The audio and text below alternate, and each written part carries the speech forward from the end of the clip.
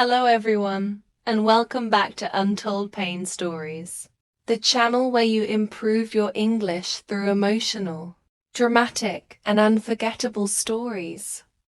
Today's story is about heartbreak, second chances, and one unexpected moment that changed the young woman's life forever. My name is Olivia Parker, and the day a man put his hand on my shoulder changed my life forever. 3 years ago, I thought my life was over. I was 23 years old and working in a clothing store inside a busy shopping mall in Chicago. From the outside, everything looked fine. I had a steady job, a small apartment, and a boyfriend named Ethan. At least I thought I did. One Friday evening, I decided to surprise him. I bought his favorite coffee and drove to his apartment with a smile on my face. But when I arrived, the front door was slightly open. I stepped inside and heard laughter coming from the bedroom. My heart suddenly felt strange. Then I opened the door, and there he was, Ethan, with another woman. The coffee slipped from my hand and crashed onto the floor. For a few seconds, nobody moved. Then Ethan looked at me. "Olivia, wait." But I didn't stay. I turned around and ran.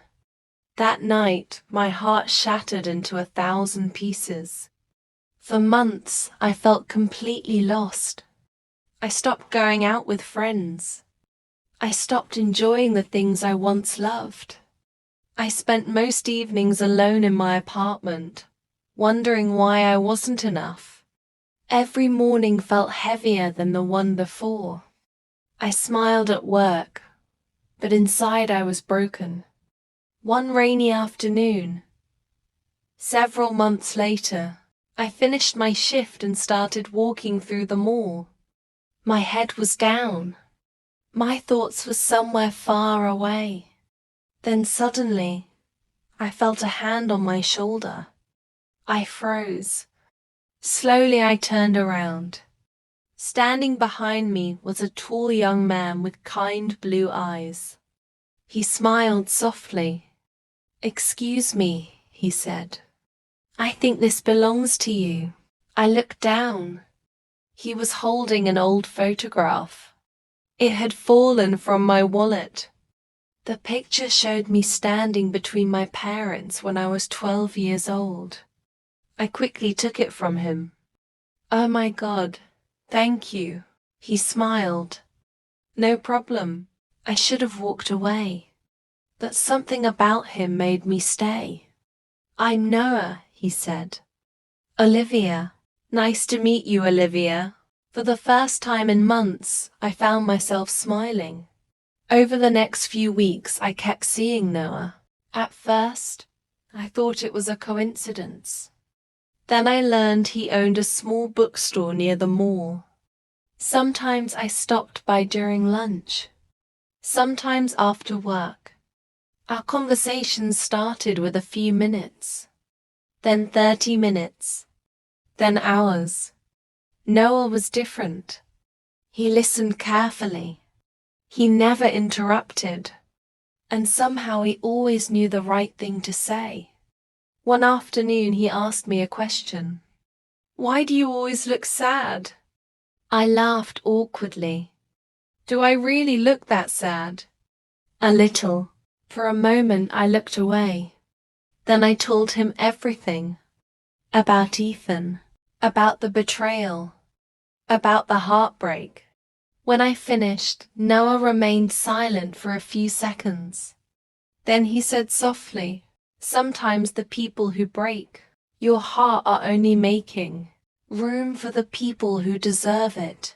I didn't know it then, that those words would stay with me forever. For weeks, I fought my feelings, but it was impossible. The more time I spent with Noah, the more I realized how different he was from anyone I had ever known. Most people only listened so they could respond. Noah listened because he genuinely cared. One afternoon, I had a terrible day at work. A customer yelled at me for something that wasn't even my fault. By the time my shift ended, I felt exhausted. Without thinking, I walked to Noah's bookstore. As soon as he saw me, he knew something was wrong. "Bad day?" he asked. I nodded. Instead of asking questions, he disappeared into the back room. A few minutes later, he returned with 2 cups of hot chocolate. I laughed. "Is this your solution to everything?" He smiled. "Not everything." He handed me one of the cups. "But it helps." We sat together for nearly 2 hours talking about life. By the time I left, I felt lighter, happier, and for the first time in a very long time, I realized I had spent an entire evening without thinking about Ethan. Months passed. As winter arrived, Noah and I grew even closer. One evening, the city was covered in snow. The streets looked beautiful beneath the glowing lights. Noah invited me to a Christmas market downtown. At first, I almost said no. Crowded places usually made me uncomfortable. But Noah convinced me. That night became one of my favorite memories. We drank hot chocolate. We walked through rows of colorful lights. We laughed at silly holiday decorations. At one point, snow began falling heavily. People around us rushed for shelter. Instead, Noah stood there smiling. "What?" I asked. "Nothing." "Then why are you staring at me?" He laughed softly. "Because this is the first time I've seen you truly happy." His words caught me off guard. For months after Ethan left, I had been surviving. But now I was finally living again. A few weeks later, Noah introduced me to his father. I was nervous. The last relationship had left deep scars. Meeting family felt serious. But Noah's father immediately made me feel welcome. During dinner, he smiled at me. "You know, Olivia, I haven't seen Noah smile this much in years." I looked at Noah. He looked embarrassed. His father laughed. "It's true." Then he became serious. "Thank you for making my son happy." Tears filled my eyes. Because the truth was, Noah had done the same for me. As spring arrived, our relationship became stronger than ever. We talked about dreams, future plans, places we wanted to visit, and slowly, we started imagining a future together. One afternoon, Noah surprised me with a weekend trip outside the city. We rented a small cabin near a lake. The place was peaceful. No traffic, no noise, just nature. On our second evening there, we sat beside the water watching the sunset. The sky turned shades of orange and gold. Everything felt perfect. Noah looked at me. "Can I tell you something?" "Of course." "The day I found your photograph in the mall, I laughed. The day you became my hero." He rolled his eyes.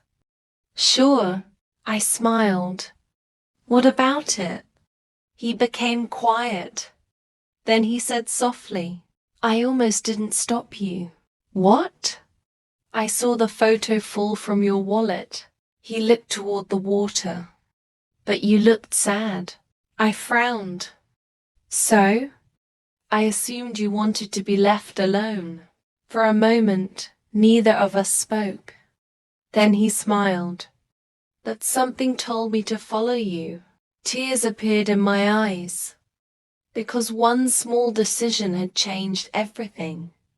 If Noah had ignored that moment, we probably never would have met. One evening, several months later, we sat together beside Lake Michigan watching the sunset. The sky glowed orange and pink. The water reflected the last light of the day. Noah looked at me. Then he said quietly, "Olivia, yes? I think I'm in love with you." My heart stopped. For months, I had imagined hearing those words. Now they were finally real. Tears filled my eyes. "I love you too." Noah smiled. And then he kissed me. It was gentle, simple, perfect. For the first time in years, I felt completely happy. The following year became the happiest year of my life. Then one afternoon, Noah called me unexpectedly. His voice sounded serious. "Olivia, can we meet?"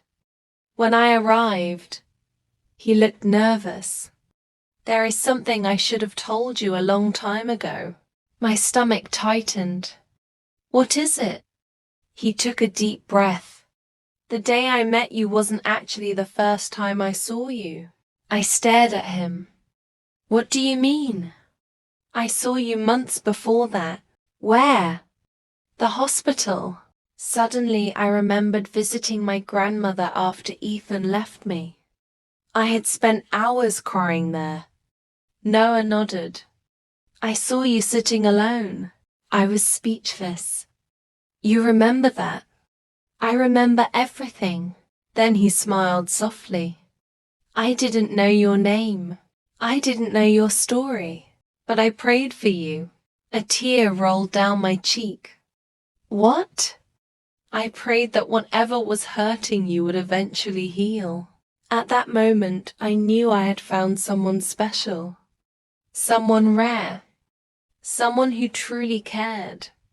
A year later, Noah took me back to the same lake where we had shared so many beautiful memories.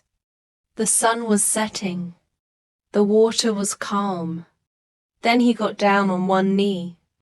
My hands covered my mouth. "Olivia Parker," he said.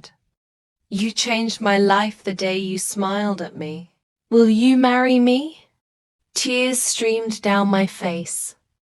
"Yes, of course, yes. Today we are happily married." Sometimes, when we sit together and talk about how we met, we both laugh. Because our story began with something so small. A photograph, a conversation, a hand on my shoulder. Looking back now, I realized that heartbreak wasn't the end of my story. It was the beginning of a better one. Ethan broke my heart, but Noah helped me heal it.